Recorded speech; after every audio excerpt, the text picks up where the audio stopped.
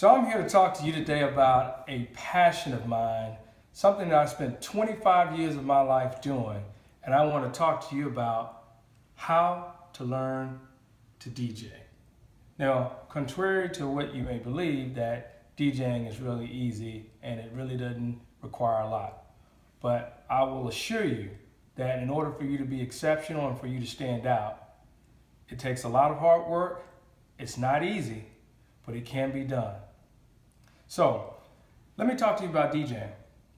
I told you I spent 25 years of my life DJing. I started doing parties at house parties, nightclubs, wedding receptions.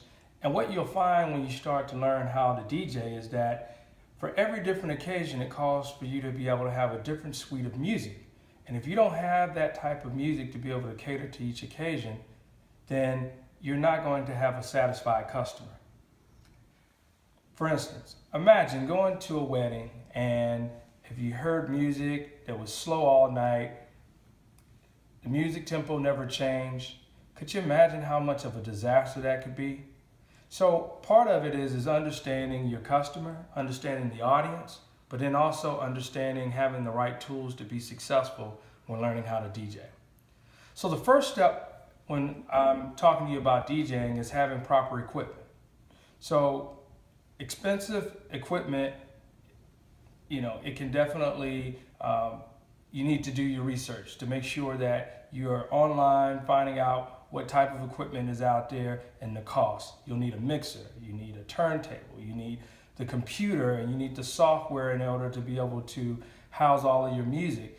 So it can get very, very expensive, but at the end of the day, if you have all of the right tools, if you buy quality equipment, it will last you for a lifetime.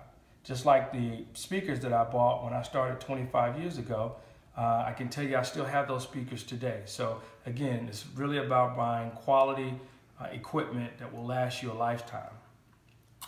Secondly, I think it's important for you to build a suite of music. For every occasion, whether it be 60s, 70s, or 80s, or even 90s music, you really need to have a wide variety and different genres of music for every different occasion that you may encounter, because you never know what type of customers you may have.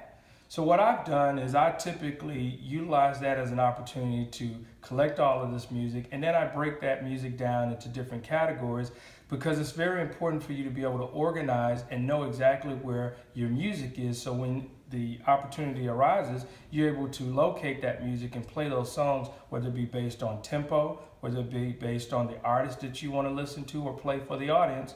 All of those things are important in terms of truly organizing your music. The third step that is most important about learning how to DJ is mixing and blending the music. One of the things that you'll find when DJing is that sometimes if you've been at a party, you'll notice that there's an interruption in the song, or that the beat is going and then they go from one slow tempo to a very high tempo. That is not really good mixing.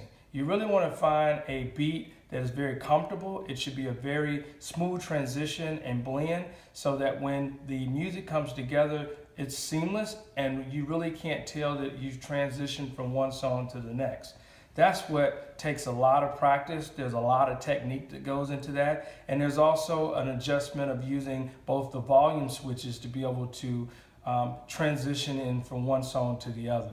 Some DJs also use scratching or the scratching technique, which is very important when transitioning from records. But you really need to understand what that looks like and have a lot of practice at home before you go out and actually implement this in any type of event that you may be DJing. So with that being said, I just want to leave you with this one important fact, that it's not hard to start a career, but more importantly, in order for you to be exceptional and for you to stand out, it's really important for you to practice, have the right kind of equipment, and if you have that kind of passion for music, you'll be successful.